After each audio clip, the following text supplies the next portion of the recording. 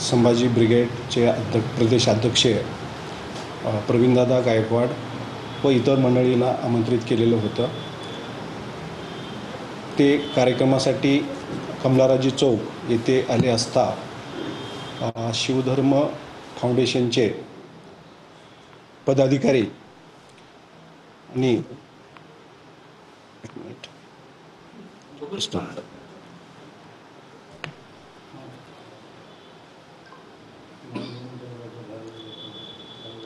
Edit करता येईल ना? हो कंटिन्यू करा सर।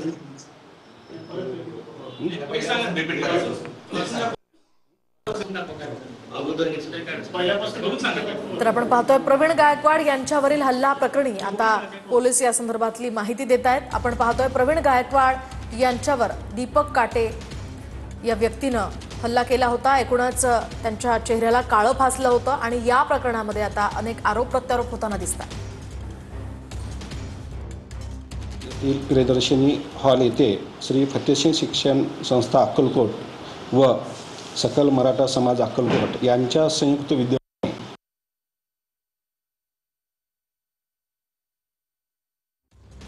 तर आपण पाहतोय दीपक काटे या व्यक्तीनं प्रवीण गायकवाड जे संभाजी ब्रिगेडचे प्रदेशाध्यक्ष आहेत त्यांच्या चेहऱ्यावर काळं फासलं होतं, त्यांच्यावर हल्ला केला होता। प्रवीणदादा गायकवाड व कार्यकर्ते गाडीतून उतरून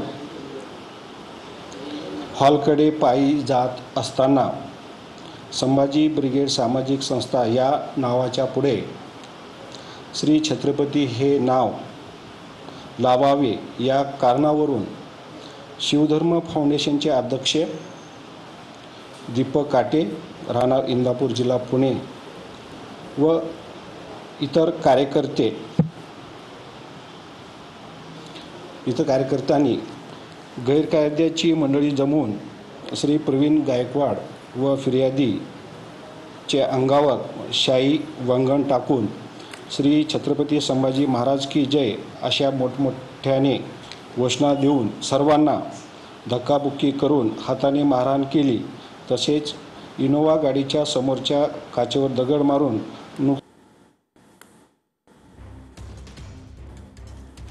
तर आपण पाहतोय गाडीतनं उतरल्यानंतर प्रवीण गायकवाड यांच्यावर शाईफेक करण्यात आलेली होती आणि त्यानंतर त्यांच्यावर हल्ला करण्याचाही प्रयत्न झाला असा आरोप खरं तर प्रवीण गायकवाड यांनी स्वतः केलेला आहे। या विरोधात संतापाची लाट पसरलेली आहे। बऱ्याच स्तरातनं या कृत्याचा विरोध केला जातोय, निषेध केला जातोय। सदरचा गुन्हा हा जामीनपात्र असल्यामुळं यातील आरोपींना अटक न करता त्यांच्यावर त्या सर्व 7 आरोपींवर प्रतिबंधात्मक कारवाई करत आहोत। सर, जो मुख्य आरोपी आहे दीपक काटे तो कालपासून पोलिसांच्या ताब्यात असल्याची माहिती आहे। त्याची सध्याची स्थिती काय आणि कशा पद्धतीने प्रिव्हेंटिव्ह ॲक्शन आपण करतो? कालची जी घटना झालेली आहे घटनास्थळावरून 2 आरोपींना तात्काळ पोलिसांनी ताब्यात घेतलेलं होतं। ताब्यात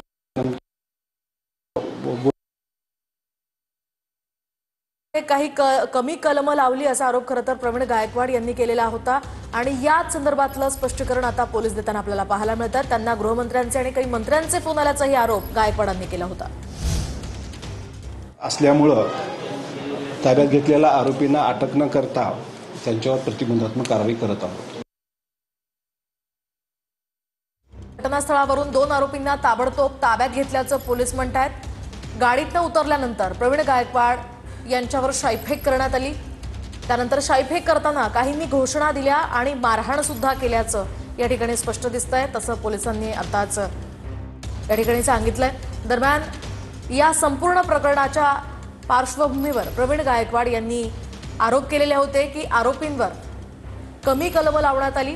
त्यांची लवकरात लवकर जामिनावर सुटका होण्यासाठी त्यांना गृह मंत्रालयातनं आणि काही मंत्र्यांचे फोन आले।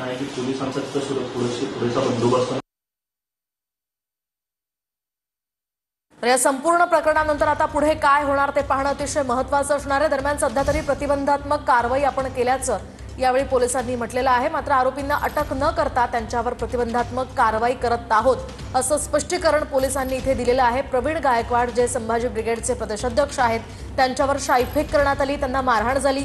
एवढंच नाही तर त्यांना वाचवणाऱ्या एका व्यक्तीला सुद्धा मारहाण करण्यात आली आणि त्यानंतर आता या संपूर्ण प्रकरणात पोलिसांनी स्पष्टीकरण दिलेलं आहे की प्रतिबंधात्मक कारवाई करण्यात आलेली आहे.